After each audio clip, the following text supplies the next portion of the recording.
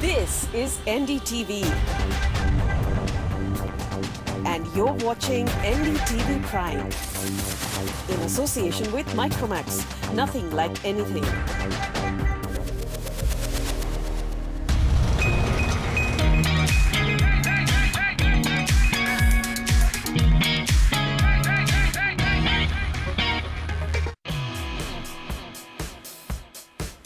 This week on CNB Bazaar Buzz, find out what exactly happens inside a bike service center and some of the things you can do at home to get the best out of your bike. Also, a glimpse of the Michelin Challenge Bimbendum in China, and find out how Toyota is driving new automated safety system in their future models.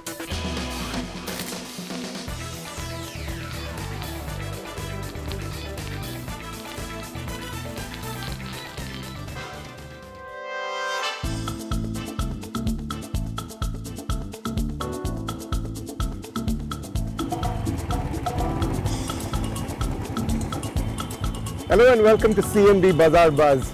Now most of us do take our bikes regularly for servicing, so whether it's the first free service or the regular servicing, we do the basic inspection, sign the forms, but really don't understand what's going on inside that service center. From changing engine oils to checking the brakes, there's lots of techniques that go inside it. So we thought we'll bring you a sense of what goes inside the service station and also offer some maintenance tips of how you can get the best out of your bike. So let's go check it out.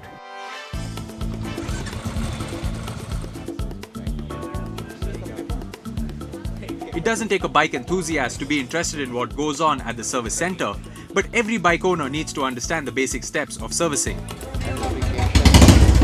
This not only helps understand your bike better, but also helps you keep the bike in top shape. Need to be air filter replaced. At the Royal Enfield service outlet, a job card is prepared first to tell you the areas that need servicing besides a basic checkup. So ensure that you ask and understand every detail that the service engineer is recommending. After your approval, the bike is taken inside the workshop for the servicing to begin. Now the bike is all set to go in for servicing. There's quite a bit of work ahead of us in the service center. But one of the things I wanted to highlight was in terms of the engine oil. Now the engineer has indicated that it needs to be changed, and one way you can do this at home is have a look at this level barometer, which is there in most motorcycles. This is on the Royal Enfield, which indicates that it's slightly below the level that it's indicated on the barometer, which also indicates that the engine oil needs to be replaced. Also, one of the critical things that needs to be kept in mind is the quality of the engine oil. You cannot be compromising on that. It needs to be a good quality one, especially when you get it from the authorized service center. Just go by what they are offering, and also make sure that you don't take it to an aftermarket smaller mechanic who might just compromise on the quality of the engine oil. So let's just see how the overall servicing starts, and also see how this engine oil is replaced, because it's quite a technical process, and we recommend that you do it at an authorized service center. The engine oil needs to be changed regularly to ensure engine longevity. The mechanic first removes the drain plug from the pump and drains the old oil into a tray. He also checks that the drain plug washer is in good condition, then refits the drain plug. Refill the engine with the correct amount of new oil. Then start the bike and check for leaks. Then stop the engine, let the oil drain back into the pump before checking the level again. Also, when there is an oil and air filter change, which are replaced depending on the wear and tear on it.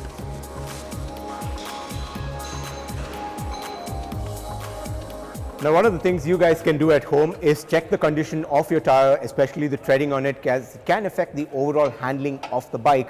Also, the tire pressure is another important component. Depending on your motorcycle, refer the owner's manual, find out the exact tire pressure in the front as well as the rear, and that you can get a sense not from the petrol pump attendant but from the owner's manual. And also, if you're riding with a pillion rider, it's a completely different tire pressure. This is also being done at the service center, a closer look at the tires, and if there's any treading wear or tear, depending on the kind of riding that you've been doing, that will be recommended at the service center. Always check tire pressure when you start riding, never when they are hot after riding, as pressure increases then.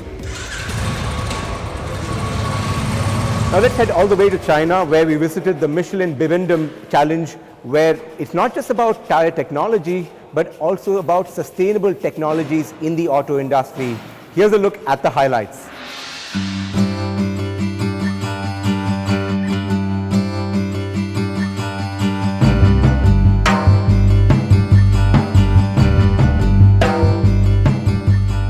Ni hao and welcome to Chengdu.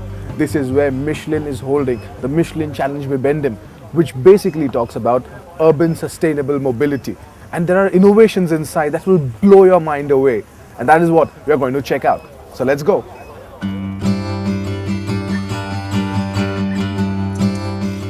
The Challenge Bibendum was started in 1998 by the Michelin Group with the support of many leaders of the road transportation industry. This is considered as one of the biggest green transportation event in the world. Michelin has invested 2 billion euros in research and development over the last 3 years. And here's a look at some interesting innovations.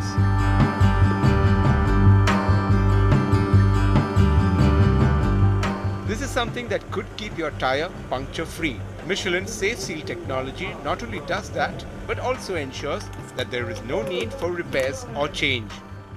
Michelin is showing on the Michelin Challenge Bibendum here in Chengdu this year a new technology called Safe Seal. This new technology is to make sure that a flat tire will not be a problem anymore, because we'll put inside the tire a layer of material that will automatically plug the hole that will be done.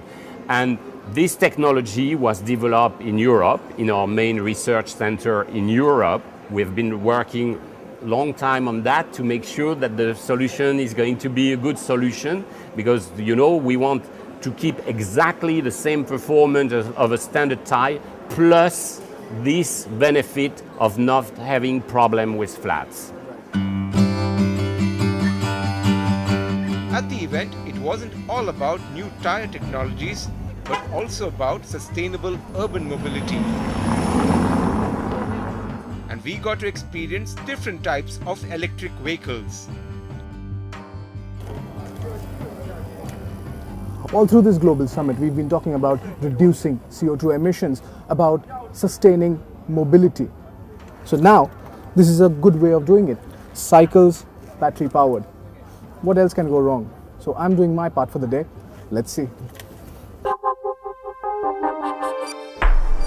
But then there are other ways if you don't want to pedal and exercise. There is the lazy way, the lazier way, and the laziest way. In its 12th edition, the Michelin Challenge Bibendum brought together people from across the world to form a think tank and create a sustainable future.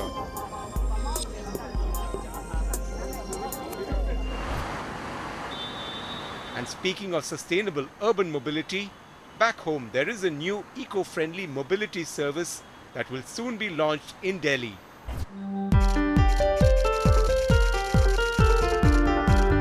It's called the ZB, and no, it's not an alternative to e-rickshaws that you see in Delhi. But this battery-operated three-wheeler is looking to be an eco-friendly option in providing last-mile connectivity from metro stations or bus stations to areas like malls, colleges and offices. Produced by Swedish company Clean Motion, ZB can go at a maximum speed of 45 km per hour and consumes 4 kilowatts for 100 kilometers. Also, compared to regular autos, the ZB has passed various crash tests and comes with seat belts for the driver and passengers. It can carry a total of 3 people and houses eco-friendly lithium-ion batteries providing zero emissions. We are almost ready to go, and we hope to have the service launched, the full service of 25 vehicles launched by the middle of December. Primarily this is last mile connectivity. So currently, given the inhibitions in doing large volumes, we have a tie-up with DLF where, we plan to roll out vehicles in their various formats. So we are starting with DLF Place Saket, and then we'll move to the other formats. In the first pilot phase to be launched in December, ZB is going to ferry passengers to and fro from the DLF Saket Mall in South Delhi to the nearest metro station. The costs for this trip will be 30 rupees per person, which does sound a bit steep to us, especially when the company is looking to make the service popular. 25 ZBs will be rolled out initially, and DLF does plan to offer this service across its malls in the NCR region. Clearly, providing last mile connectivity is an important component to popularize electric vehicles, at least in India. Let's just slip into a very short break, but coming up on the other side, we explore the world of safety and automated safety systems being developed by Toyota. That's coming up after this very short break.